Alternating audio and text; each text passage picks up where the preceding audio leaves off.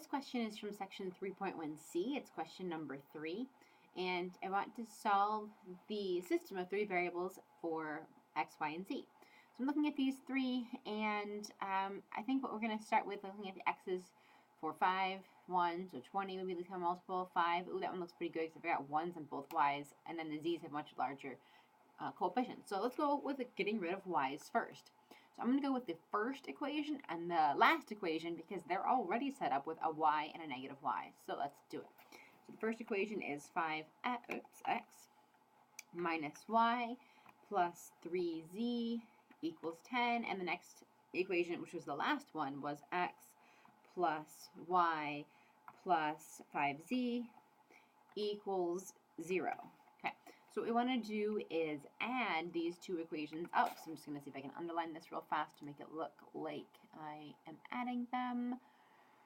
Oh, not going to make it easy for me to underline. Okay.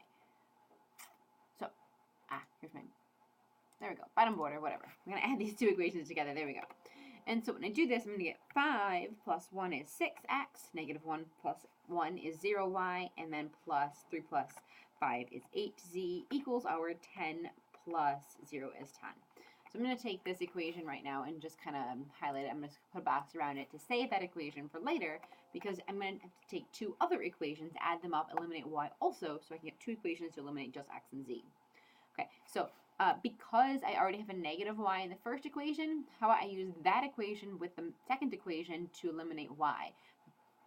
The middle equation has a 5, the top equation has a negative 1, so I'm going to multiply the top equation by negative 5. So I'm just going to write that, I'm sorry, by positive 5. I'm going to write that first.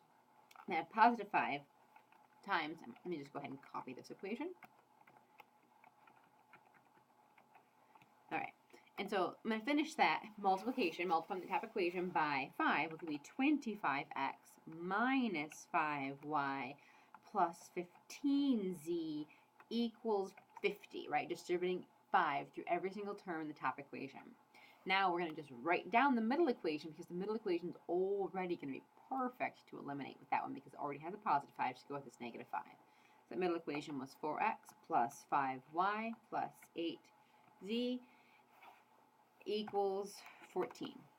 And I want to add these up again. So let me put my bar underneath just to show that that's where I'm adding. And let's do it. So the addition here, I'm going to have 25 plus 4 is 29x.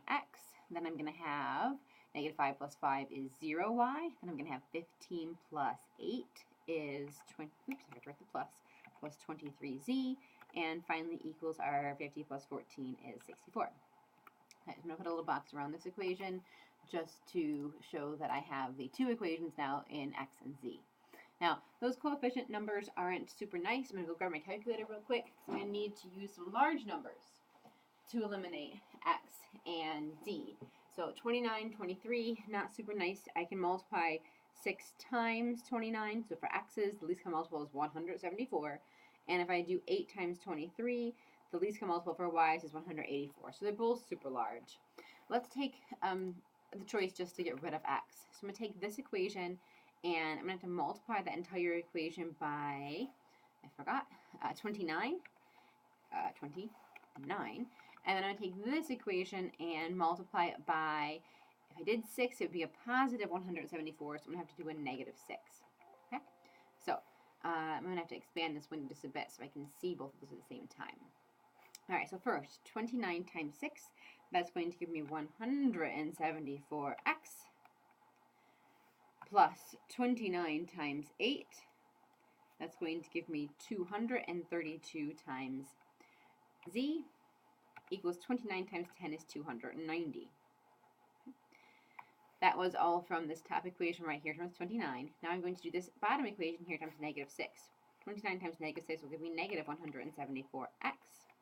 Then a negative 6 times a 23 is going to give me a negative 138z equals, and then I have my 64 times my negative 6, which is going to give me a negative 384.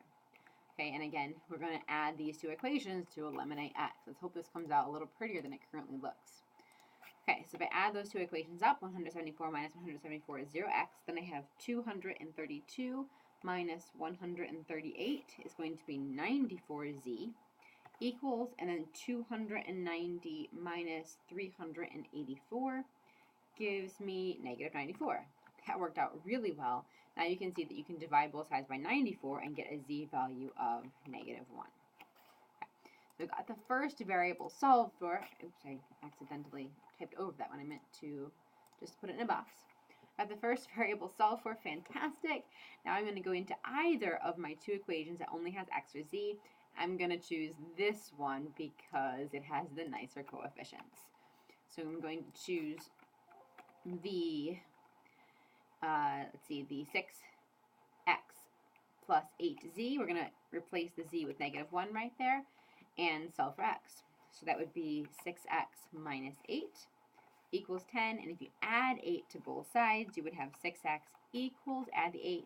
It's going to give you 10 plus 8 is 18. Divide both sides by 6. You'll get an x value of 3, right? 6 divides into 18 3 times. Now I have two variables, x and z.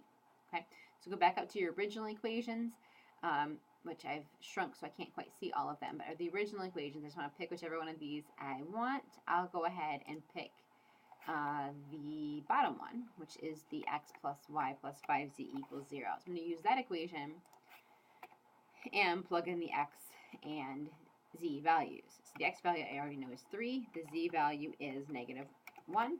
And so I need to solve for the y value. So it's going to be y plus, okay, actually minus, right? Because 3 minus 5, that negative 1 times 5 is negative 5. Y minus 2 equals 0. So if I add 2 to both sides, y equals 2. So I've got all three values of my variables now. Z is negative 1, x is 3, and y is 2. So my final answer is going to be the ordered triple, 3, 2, negative 1. Again, that will be my final answer. So let's go ahead and test it. 3, 2, negative 1. Back over here to my math lab. 3, 2, negative 1. And the excellent box is over here on the side, but we got the right answer. So this one was difficult in the fact that the values came out to be super, super large. And maybe it wouldn't have been so large had you chosen a different pair of equations. Maybe had you chosen to use the middle equation and the bottom equation instead of the middle and the top, they might not have been so large. But realistically, they probably were just going to be large no matter what in this context. I hope that helped.